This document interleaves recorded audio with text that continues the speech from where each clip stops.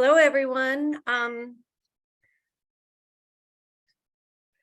Susan Lapita. I think we're on, so I'm going to go ahead and start. I'll start by introducing myself, and then we'll introduce our panelists, and then we'll get to it. So I'm Susan Lapidus, Executive Director of the Murray Gallatin San Diego Israel Initiative, which we'll be calling MGSDII from onward. Our mission is to bring Israel studies to San Diego universities and our community through academic discourse, as well as build collaborations and relationships between students and professors in San Diego and Israel. Since our inception, I'm very proud to say we've had 42 visiting professors teaching about Israel in San Diego universities. I'm very proud to bring you this esteemed panel of our alumni, visiting professors who are now back in Israel to share their expertise as well as their own experience and thoughts.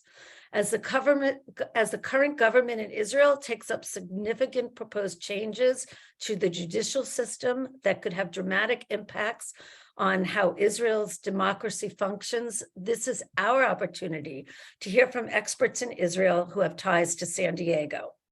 As many of you probably know, last night, President Herzog publicly released his compromise plan. The opposition accepted it. The Prime Minister, after consulting with his coalition partners, rejected it harshly. I understand today mass protests are happening and more are planned. So this is very timely, our discussion.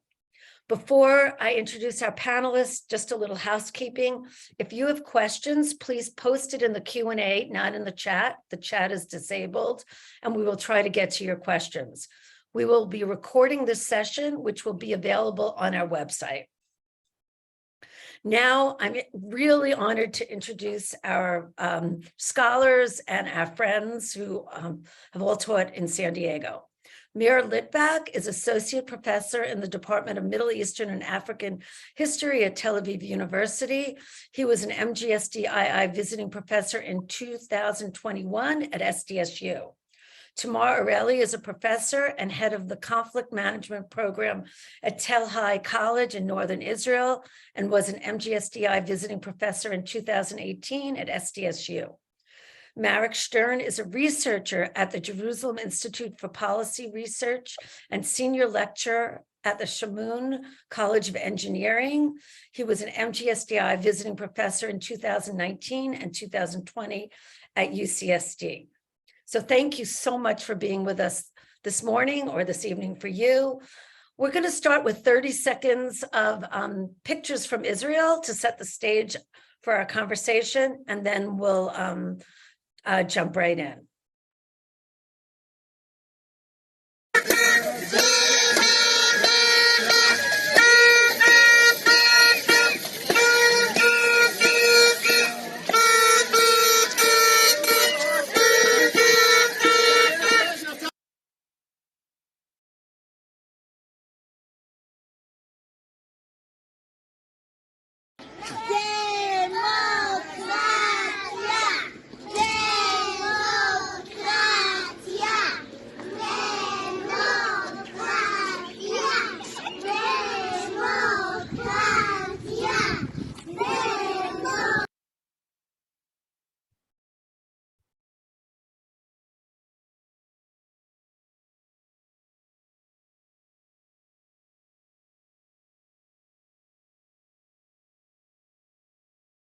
Okay, so as you can see, even the children have taken to the streets. Mayor, will you start us up with an introduction to what's going on, to Israel's government structure that's enabling this to happen, and the basic elements of the proposed reform and why now? Okay, let me start by saying a few things about Israeli politics or constitutional standing. You know, we are a parliamentary coalition, which means that the parties that gain majority in parliament actually control the legislative, which means that the executive authority controls the legislative authority. There is no real separation between the legislature and the executive authority. The judiciary is fairly independent. We don't have a constitution. because of basic disagreements in Israeli society since the establishment of Israel over major issues, mostly relating to relations between state and religion. And this has been at the core of the current judicial conflict in Israel nowadays.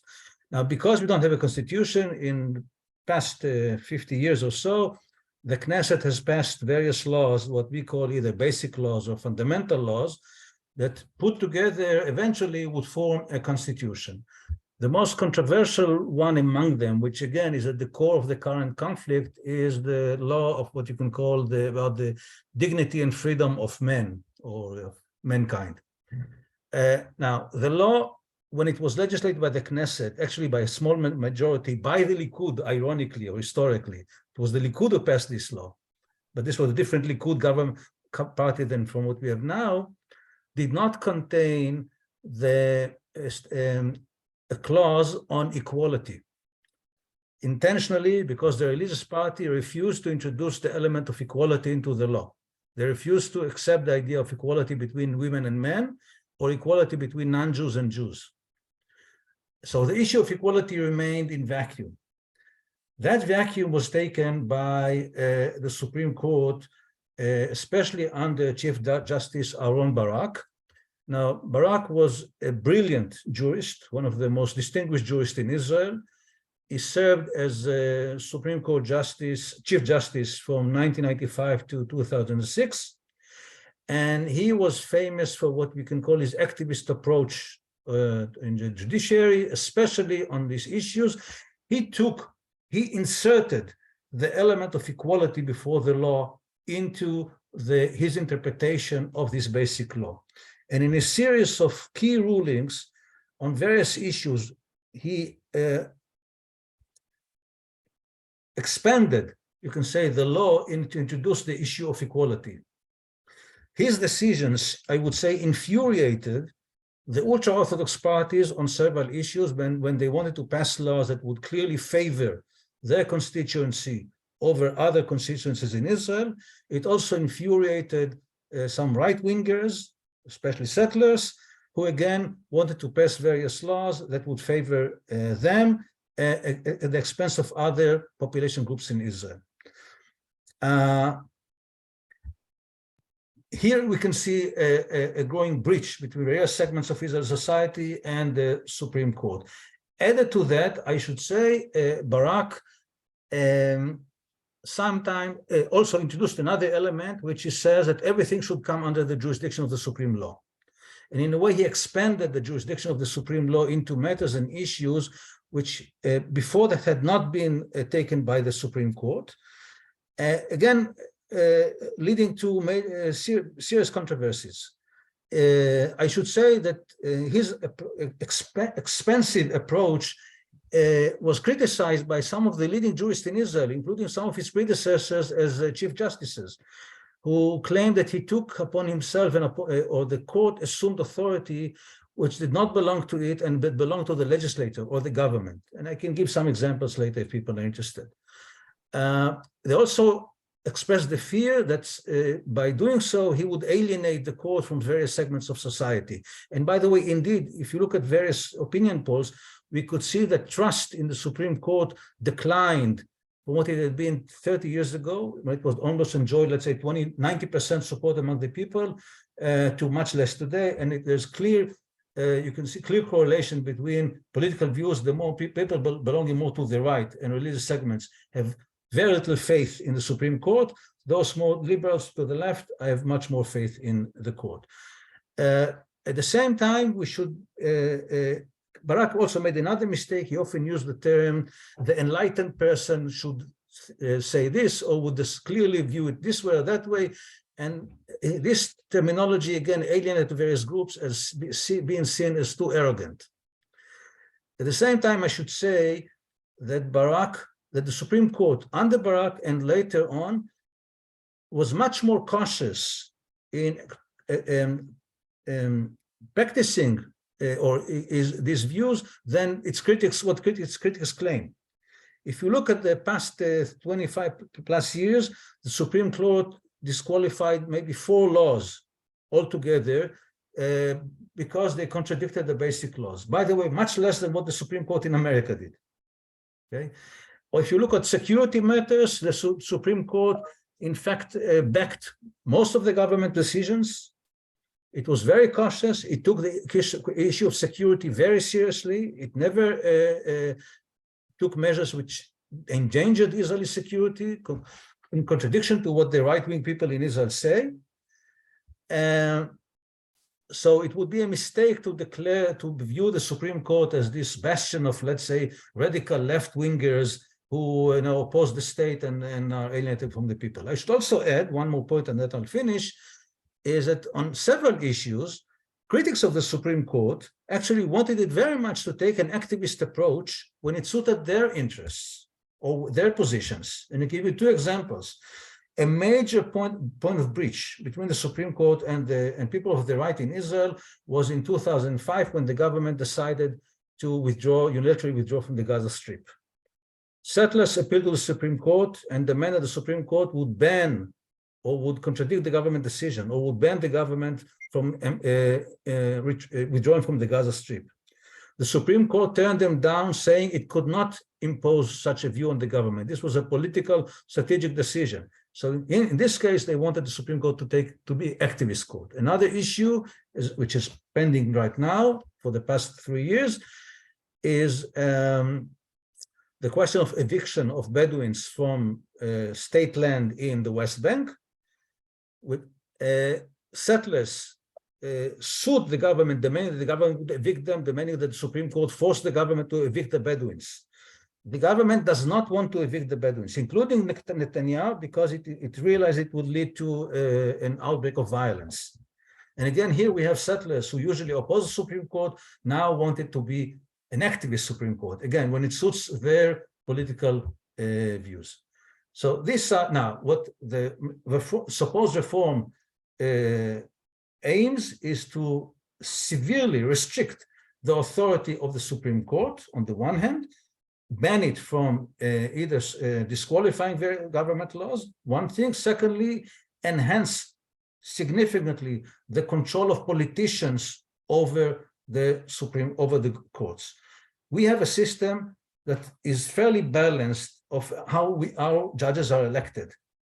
The supposed reform now wants to basically give full authority to politicians to nominate judges. You can say, well, you have it in the same thing in the US. There's a difference because you have a constitution, you have states, you have two legislatures and other barriers that limit the powers of politicians.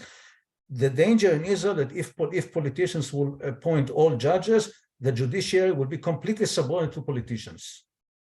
It would eliminate the independence of the judiciary, which will have grave consequences in the distant future for Israel. Maybe I will stop now because I've talked a lot, and I'll let others speak, and then I will come back if you have questions. Thank you so much, Mayor. Tamar, how do you want to expand on that? I was going to ask you about this long-term conflict or grudges, if you will, between the national right-wing religious camp and the ultra-Orthodox community against the Supreme Court. Okay. I'd also like to add a little about the special aspect of women regarding this reform. Would you like that now or later on? Please. Yeah. Okay, so about the ultra-Orthodox, it's also like a mixed bag, just like with the right wing, as Professor Litvak said. So on the one hand, Rabbi Gafni is a member of parliament. He, the head, I think, of the ultra-Orthodox party. So he depicts the High Court as the enemy of the ultra-Orthodox, as if the ideology, this liberal, enlightened ideology, is always set out against the ultra-Orthodox community, against their ideology and everything they stand for. Truthfully, in a series of there are famous rulings, High Court rulings against which fulfill that vision, that understanding, that interpretation. For example, a very famous law, the Tal law in 2012,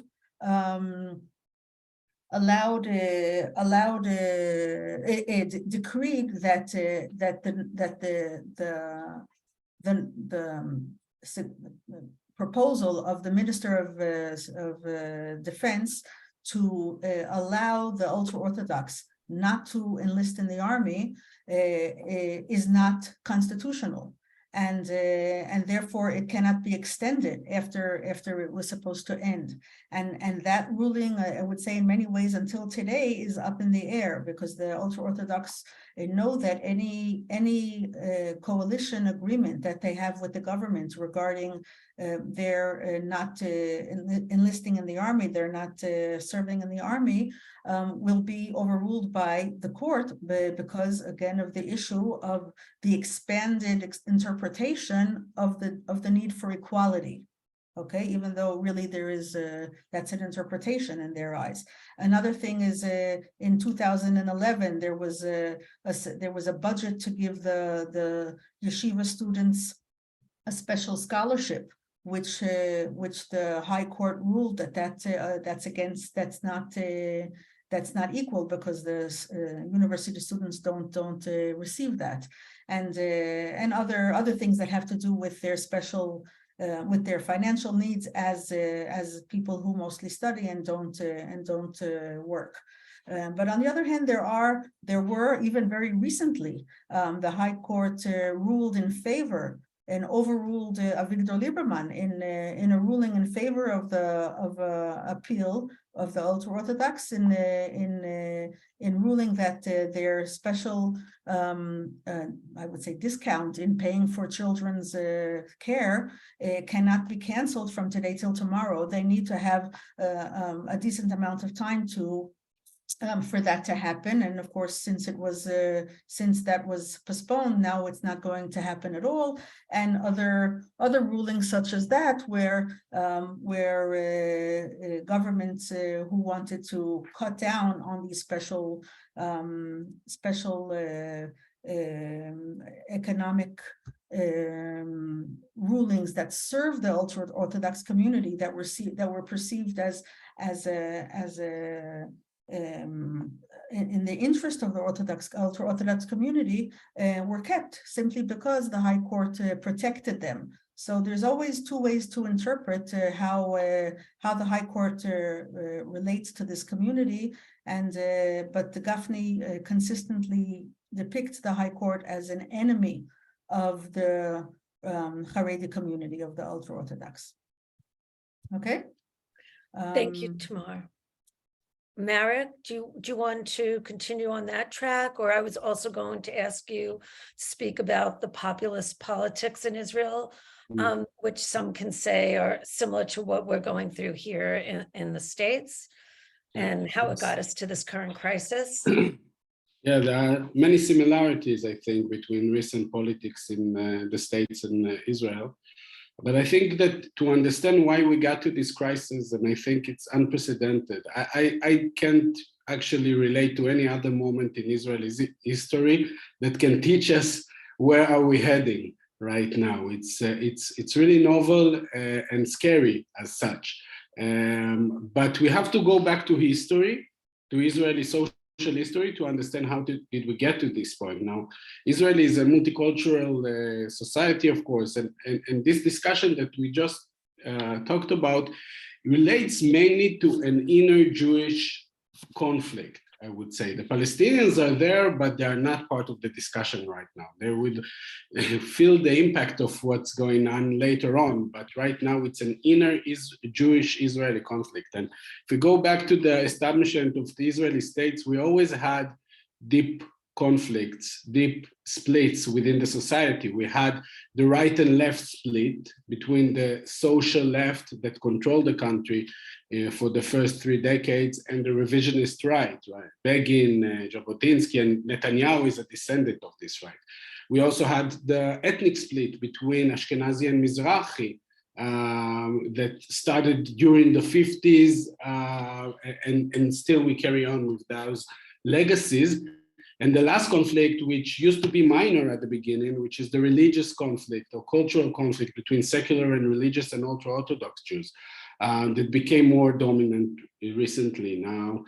All those conflicts always existed, but they started to erupt to infuse into the politics in the 70s. The first one who started with that was Begin. He was from the Likud party, and he managed to engage the Mizrahi resentment and frustration against the establishment and gain the populist political power out of it.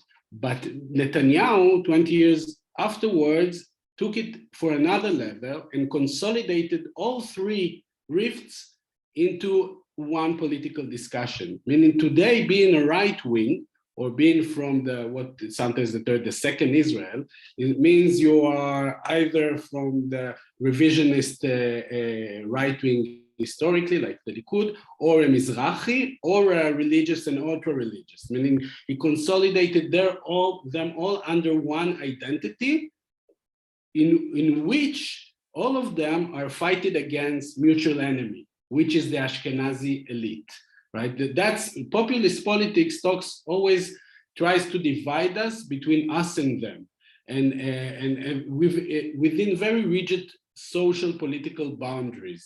So Netanyahu created this new us, which are more patriotic, nationalist, you can say, and of course conservative in a sense. And the them is now the Ashkenazi elite, which is unloyal, cosmopolitan, and progressive.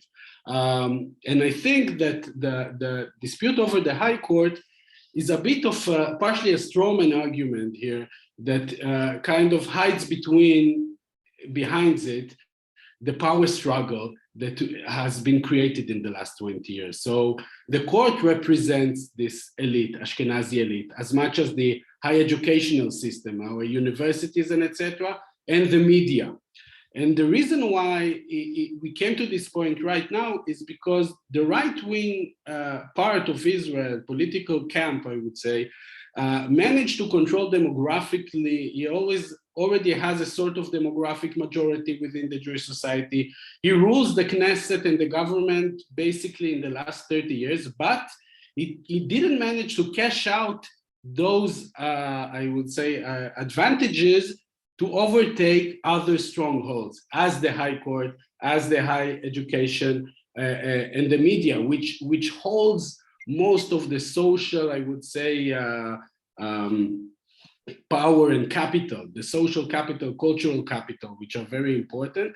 And it created this huge frustration that kind of stemmed and erupted in the last elections, especially after a short period of time, after 20 years of right-wing control. We had this government with Bennett and Lapid together, which was kind of a center-left government, and that kind of, I think, pushed those resentment feelings to the top, right? Because we're about to lose even the only stronghold they had, which was the Knesset, and therefore this is where we are. It's an all-out cultural war now that split us basically into two camps. You either with them or against them. It's very hard to stand in the middle, and there's also always this, from both sides now, a push that there is no middle ground, no hybrid identity. You're either here or either there. And it's a very difficult position to get out of it, because I think that as polls show, regarding the judicial system, we can find a compromise. Most of the population in Israel wants a compromise. Most of the people don't really know the details. They want some kind of compromise and let's go back to business.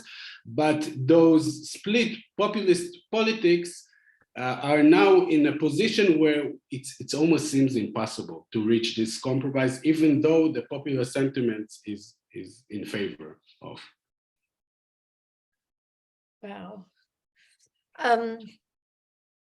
Who would like to comment next?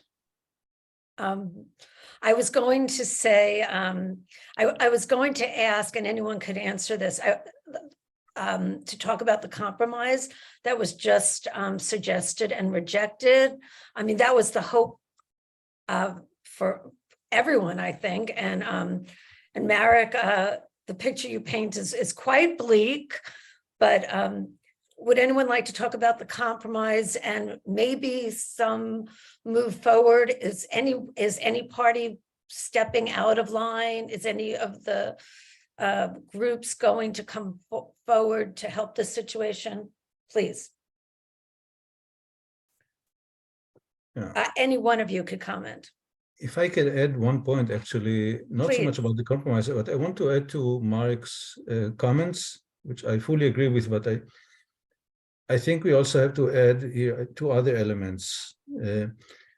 One is Netanyahu's own personal legal problems. You cannot ignore them.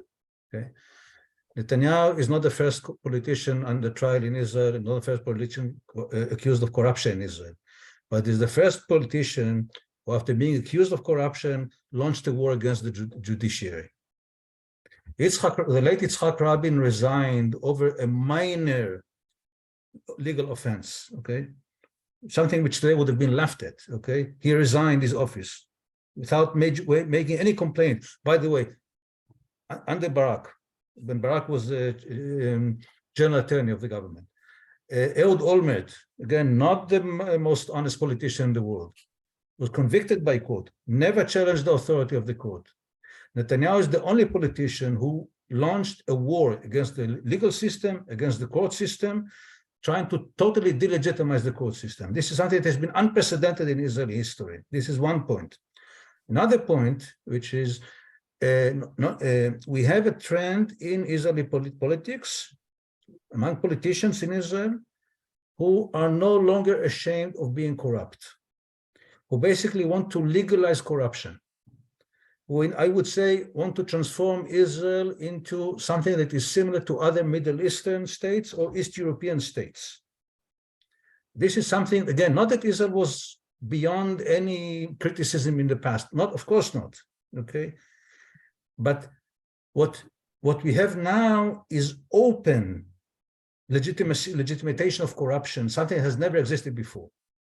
And I think this is something that is much more dangerous than we have ever faced before. I think people focus a lot on the issue of democracy, which I'm not trying to belittle.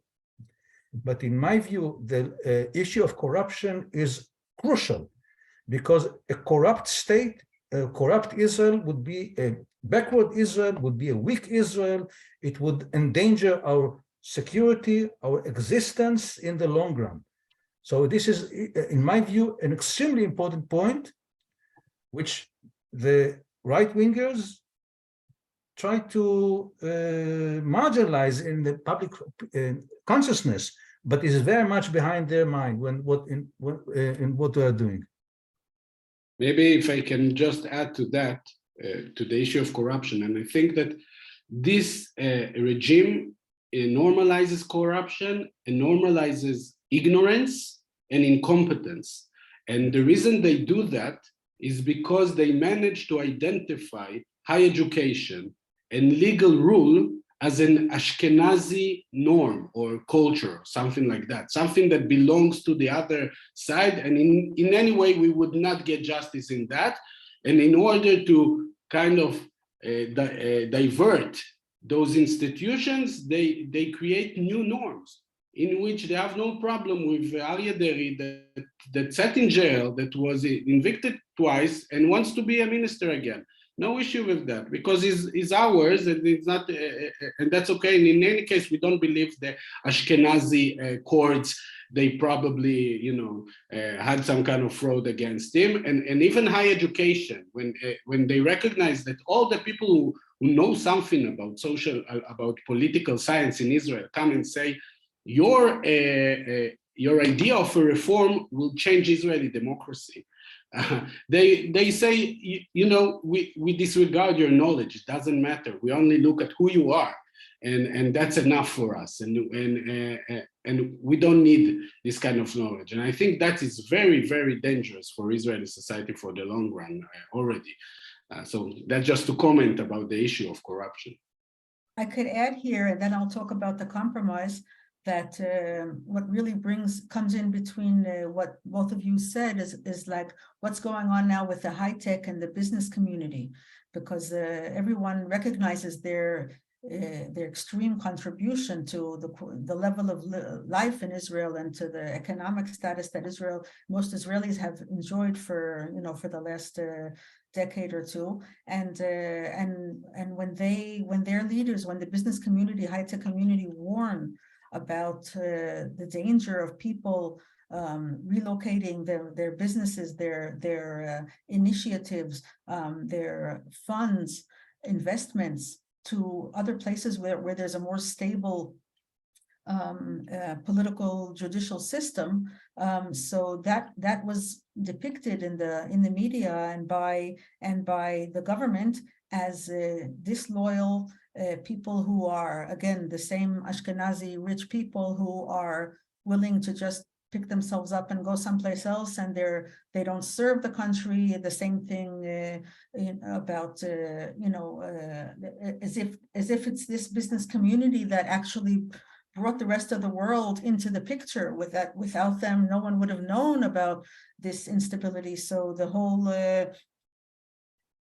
Ashkenazi wealthy community is sort of to blame that indeed there is money that is being withdrawn now from being invested in Israel.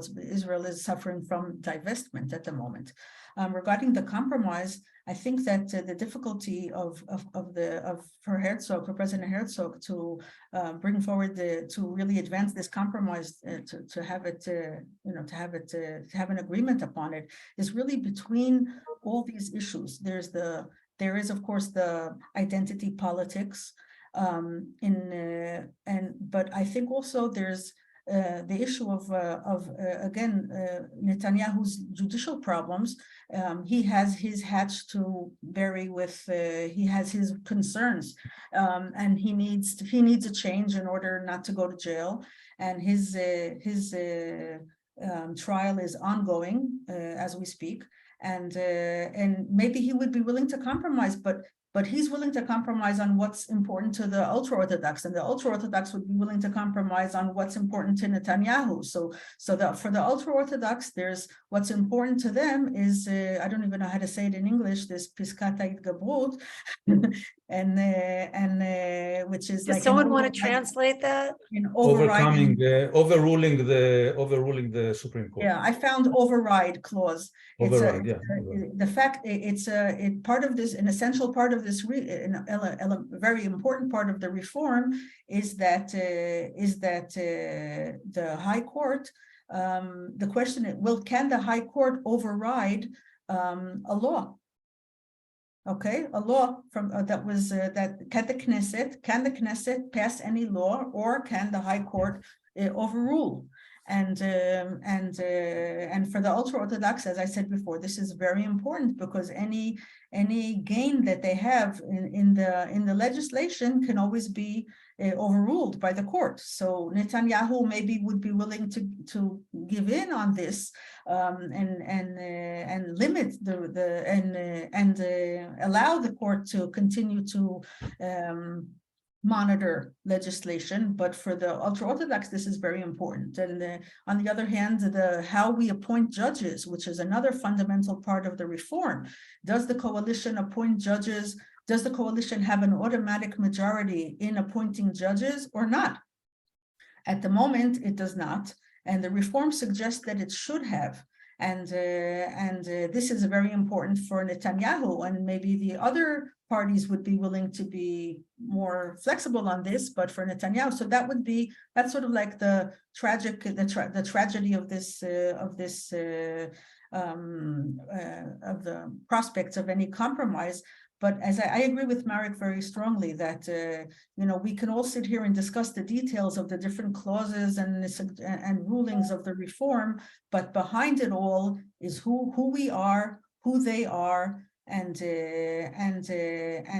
traumas and pain of the past of people who remember how their parents and grandparents were treated when they came from Morocco or Kurdistan, and not that the other groups were always we're always had it good, but that's the way it's depicted in society today. So even though any Israeli newspaper that you open is always discussing these different clauses and details of the reform as if we're here in some cognitive rational discussion, behind it all is a lot of emotion and identity that you really have to be here to understand, to internalize how we all are identified, and how this might affect our views on the issues.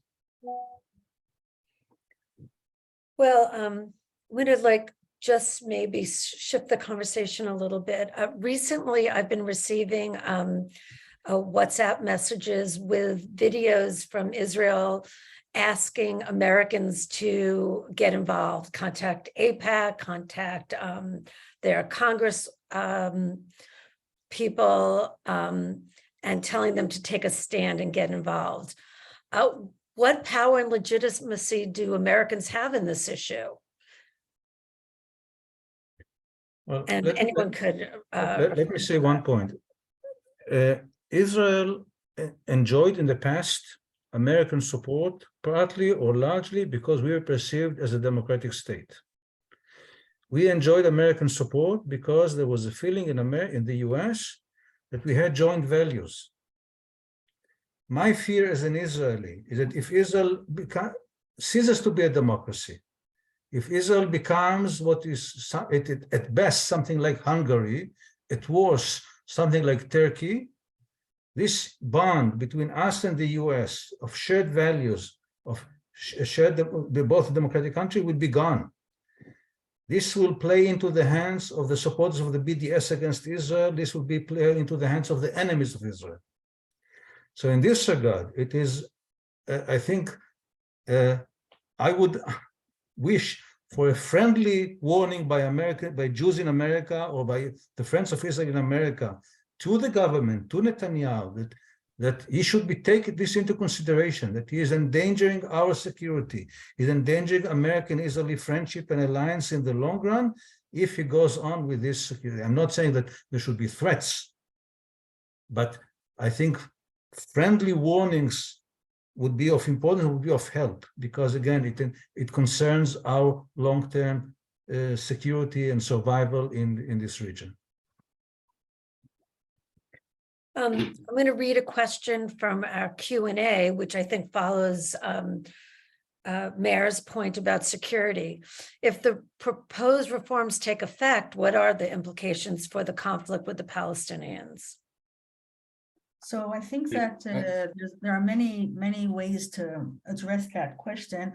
I'll just like to bring up a past, I don't remember exactly what year, I think it was a year or two ago, there was the issue of the story of a soldier, Elor Azaria, who was engaged in overcoming a Palestinian. I think he was he someone who did something before? Was he? He was a Palestinian terrorist. He was a Palestinian terrorist who was shot by soldiers and was already lying on the ground, severely wounded. That's right. So he posed no danger to anybody. He was a terrorist. He was a terrorist. He was not an innocent person. And he was wounded. He was lying on the ground, and a soldier shot and killed him. And this was caught on camera by a Palestinian. And if it hadn't been caught on camera, then it probably happens many times. But because it was caught on camera and it hit the media, it became an internal Israeli uproar. Is it? Does this terrorist have any rights? Okay, can the court? Should the court protect his rights? What about the soldier? And Elor Azaria was in the beginning, he had the support of in the beginning, many people, I think Netanyahu said this is not the way soldiers should handle themselves. But afterwards, Netanyahu clearly supported Azaria. Azaria eventually went to jail. his term was shortened. But again, back to Marek's issue, it was a whole internal discussion about which the court, and the court was perceived as overly protecting a terrorist and sending a soldier to jail. Okay, but in terms of Israeli army norms, shooting a wounded terrorist without him ever getting to trial, this is something which is against the norms of the IDF. And by the way, it happened again today in Jenin. Okay, according to what I just saw on the news. So this could very easily become, if the High Court is weakened, which is exactly what this reform is proposing. So soldiers could have more free hand, more protection from the court to uphold the occupation, and this could weaken the protection of the Palestinians. Today, Palestinians can appeal to the High Court. And that was something that Israel always defended itself and said, look, the occupation is not apartheid, because under apartheid, no one could appeal to the court, the Black community of South Africa, but Palestinians can appeal to the High Court. And if the High Court is weakened, or if the Palestinians are denied that right to appeal to the court, then obviously it could have grim effects for them, for the Palestinians. Yeah. Could I add another point, please? To add to what you said, there are two issues here. For years, Israeli soldiers were protected from being prosecuted in the International Court in Hague over the issue of war crimes, because Israel argued that it had a strong judicial system that supervised the army. And the world community accepted our argument, and Israeli soldiers and officers and generals were not prosecuted in the International Court of Justice. Now there's a danger that if the Supreme Court is weakened, this argument will no longer hold, and they will be now viable or exposed to such prosecutions. This is something that clearly bothers or scares, for instance, pilots and other Israeli officers who are afraid that if they 1-2 years from now, they go abroad for business or travel, they will be arrested and they will have to go to international court until found guilty or innocent. This is one problem. Another issue, which is related to security, is that some of the laws which the right-wing parties want to pass now will give them the possibility to totally disqualify and outlaw Arab parties in Israel. Okay? Now the Supreme Court has defended the rights of Arab parties. There were attempts in the past to disqualify Arab parties. The Supreme Court basically enabled them to participate in the elections. If Arab parties are excluded from the Knesset, this is not only a blot on Israeli democracy. The Israeli security services had consistently opposed exclusion of Arabs from the political system. The General Security Organization, okay, has always argued that incorporating Arabs into Israeli politics, in fact, lessens terrorism. It enhances Israeli security. So, in fact, what the right-wing people will do is will push Arabs who will have no political outlet into terrorism. We have seen it in Arab countries. And we may face the same danger in Israel. So these are measures that are supposedly intended to enhance the rule of law or enhance the state, but in fact will increase the potential for terrorism inside Israel.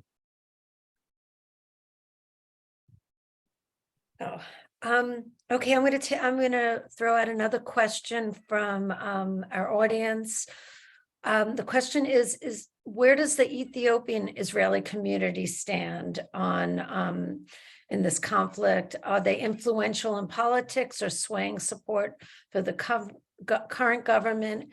And how are they in general important in the political realm?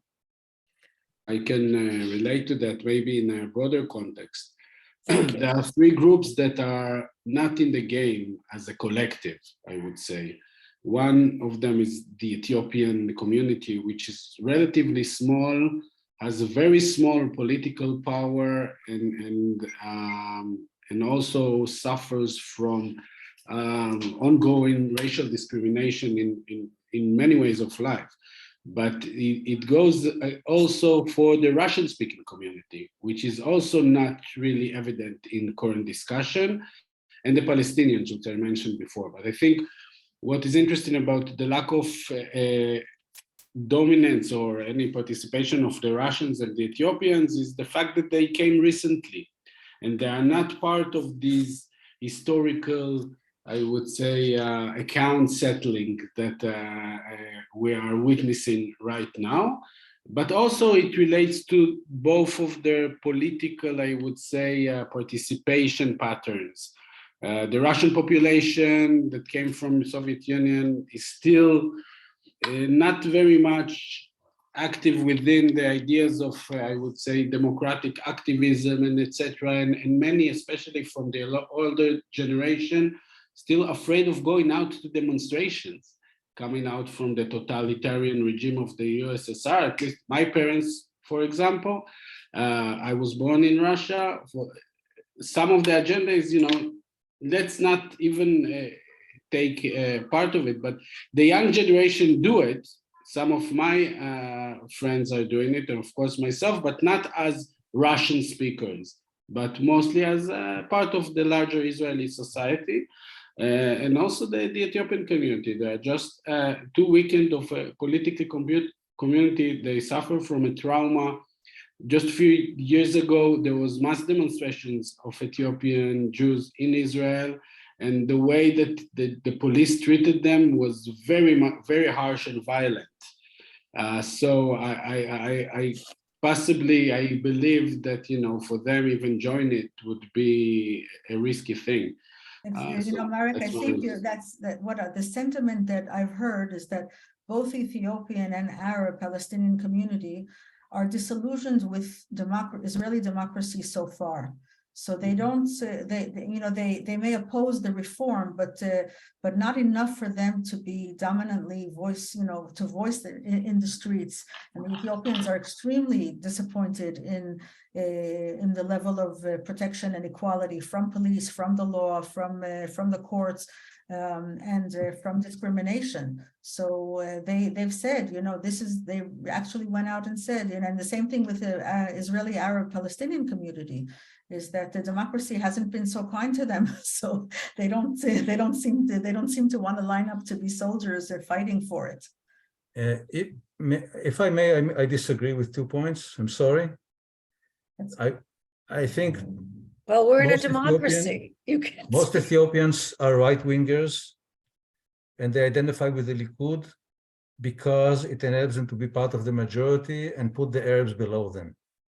And if you look at voting patterns, I think most Ethiopians vote for the right wing. With the immigrants from the Soviet Union, I think there's a generation gap. The older generation is more right wing. The younger generation doesn't vote anymore as Russians. They vote very much as Israelis. And then you can see the whole spectrum. From right wing to beyond right wing. I mean, there are right wing people with guns, and they might oppose the reform. So the Ethiopians could also be in that spectrum. They're not only Likud. But if you look at most Ethiopian Jews, again, they don't support. They very much on the right wing because, again, I think it enables them to be above Arabs. They feel superior to Arabs. I think I think there's a difference between them and for the former Soviet Union. Remember that the massive immigration from the Soviet Union was in the 1990s. It's already 30 years from now. Most of the children were born in Israel. They vote less. These are not the people who were born in the Soviet Union. It is different, in my view. From personal view and you can say anecdotal view, I think there's a clear division between first generation immigrants and those other children who grew up here or born here. I think the views are different. Charlene posted a question that I thought to relate to about the impact of the demonstrations.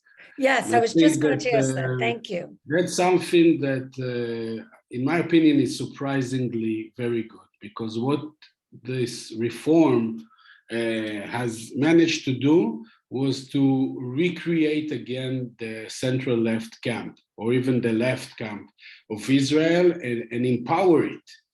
And the demonstration and the strong opposition, it shows a really strength of power that even the camp itself didn't know it has. The fact that every day people are going out to the street, every weekend, and they don't go to work, and they, people who have even official jobs speak out. They're not afraid, and they make a very clear statement, and it's very impactful. It's very impactful, and the sentiment right now is that it won't go away. That those demonstrations can go on for long now, for months ahead. And the other thing that was very impactful was that many of the, I would say, strong sectors in the Israeli society, as the business sector that we just mentioned, and the high tech, and people serving in the reserve army, elite units in the reserve army.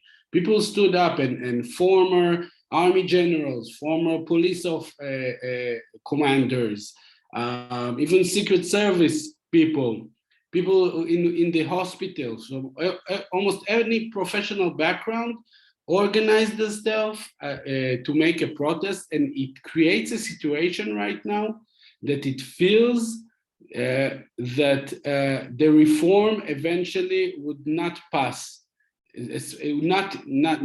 Certainly not in its current form, maybe in some kind of a mild version of it, maybe if the High Court would not oppose it, which I think it will oppose it. And right now, I think that the momentum is with the opposing camp. Right now, I think that the government has just, they throw all the, not dices, but how do you call it? All the chips. They throw all their chips in at the beginning, which was a wrong political mistake. They pushed, they put all their political capital on this reform, and now they don't have any other tricks to show. And that was a political mistake, and nobody foresaw the strength of those demonstrations and this opposition. At least in my opinion, the momentum is right now in the opposing camp, and it's interesting. And the fact that they rejected the proposition of the president, which actually gave him sort of a ladder of coming out with something. Although I agree that we expected the compromise to be much more, I don't know, towards the right, but still they lost. I think, in my opinion, they lost the last ladder they had. But that I would interesting to hear the other panel members over their opinion of this. Tomorrow. And I also know that you want to talk about the impact on women, which I'm sure we'd like to hear about. Yeah, well, actually, I think in the demonstrations, you really see an overwhelming presence of women. And I'd just like to add to Marek's point is that indeed the camp, the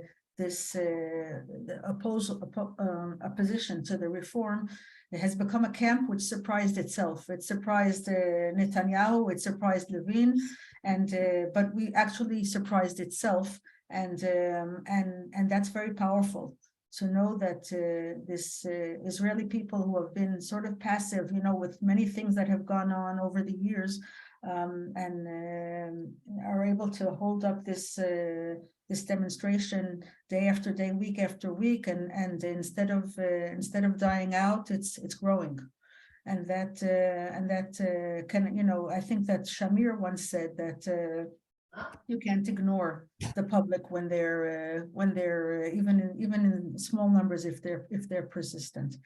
I would like to speak about the women if we have a few minutes. Okay, so as Professor Litvak said, you know, there without a constitution, the interpretation of the need for equality that has for gender equality that has been done over the years clearly by the High Court, and if in the past it was like more elitist, you know, like there's a famous ruling of the High Court for Alice Miller, who was a young woman who wanted to become a pilot in the Air Force, in the Israeli Air Force, and she was denied, and she sued, and she went to court, and they ruled in her favor. And so there were cases such as those, but in the recent decades, the High Court has been increasingly supportive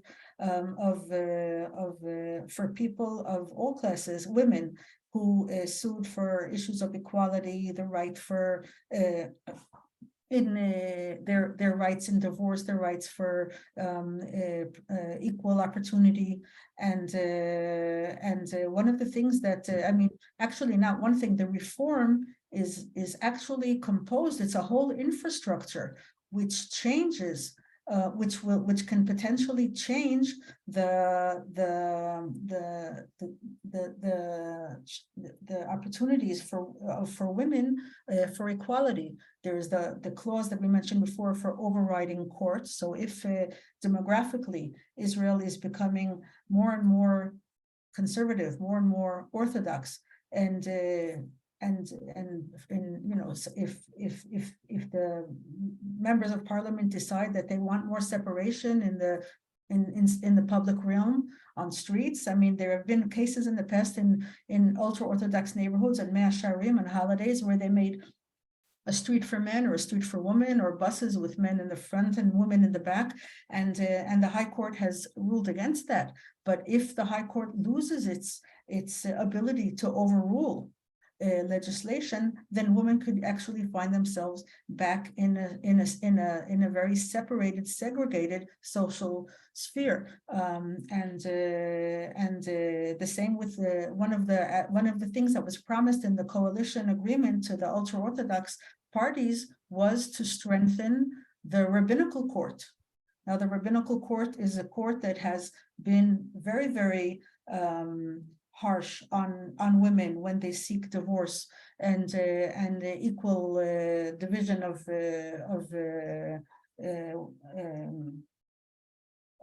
wealth with their divorcee, and now there have been calls to allow the rabbinical court into the economic sphere, not only in the family ruling, and that is also very scary for women. And I said before, it is the ultra-Orthodox who actually opposed having equality as a fundamental law in Israel. So their strength does not spell something good for women, and the same with protecting the number of judges who will be women. So this is I mean, women, when they go out to the streets, not all of them are aware of the ramifications for them personally, but there have been increasingly scary issues which show that this could be pretty bad. I'll just end with just the Women of the Wall. Okay, so this is a group of women who go every month and they try and pray with a Torah at the Kotel, at the Western Wall. And the last couple of months they have been harassed, and people and they're not allowed to bring the Torah into the Western Wall area, and yet people who come and actually tear their books and hit them, they have not been prosecuted. So this is showing us a little bit of what's going on down the line. If a doctor or an ambulance driver or a bus driver is not to let a woman on who's not dressed modestly, and I didn't make any of this up, this happened. Okay, so if a professional is allowed not to serve a woman because of his religious ideology, then women could find themselves alienated and segregated in a very scary way.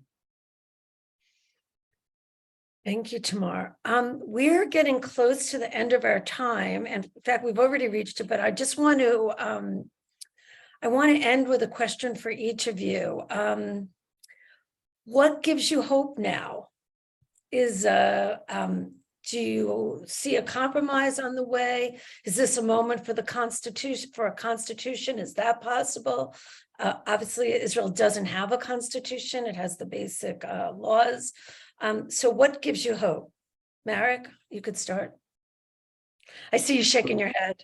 Yeah, well, I would go back to my last point. I think that the reconsolidation of the liberal camp and this self-awareness, which is new, forces us to also define our values again and who we are as the, let's say, the central left liberal camp in Israel. And that's a very important thing that should have happened 20 years ago, but it's not too late.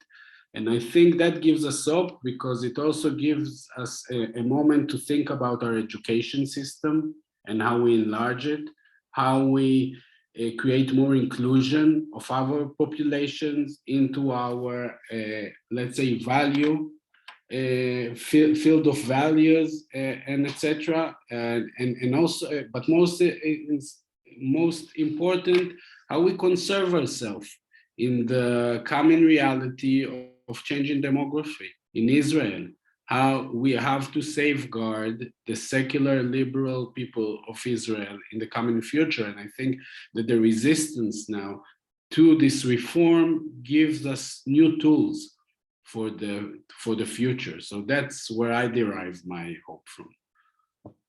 Thank you. I agree with you that I also derive hope from the crowds.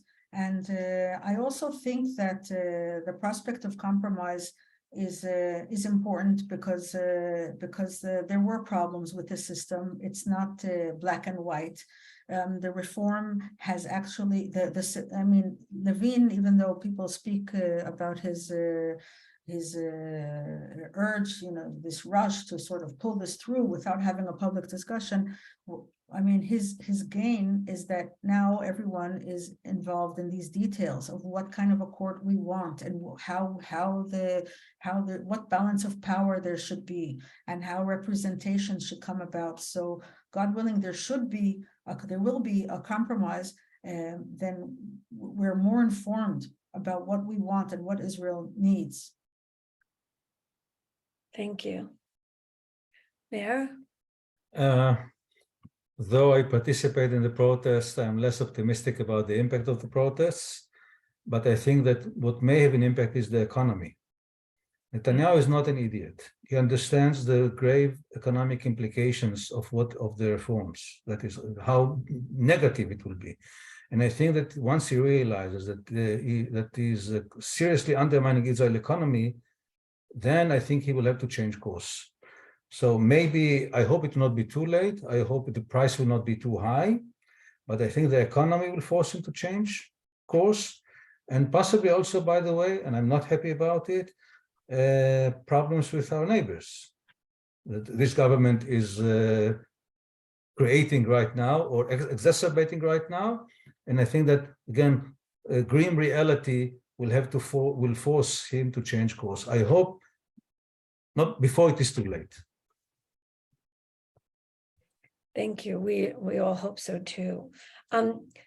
Before we say goodbye or Trode, does anyone else want to add anything? I thank you so much. What a wonderful resource we have in San Diego, the alumni of our program. To be able to make a call and ask you to spend an hour of your time is really so special, and we thank you so much. To the audience, we will have a recording of this on our website, MGSDII.org, so you could share it and listen again. And thank you so much. I look forward to seeing you soon in Israel. Thank you. Thank you very much. Thank you. Thank you very much. Shabbat shalom, everyone. Shabbat shalom. Shabbat shalom.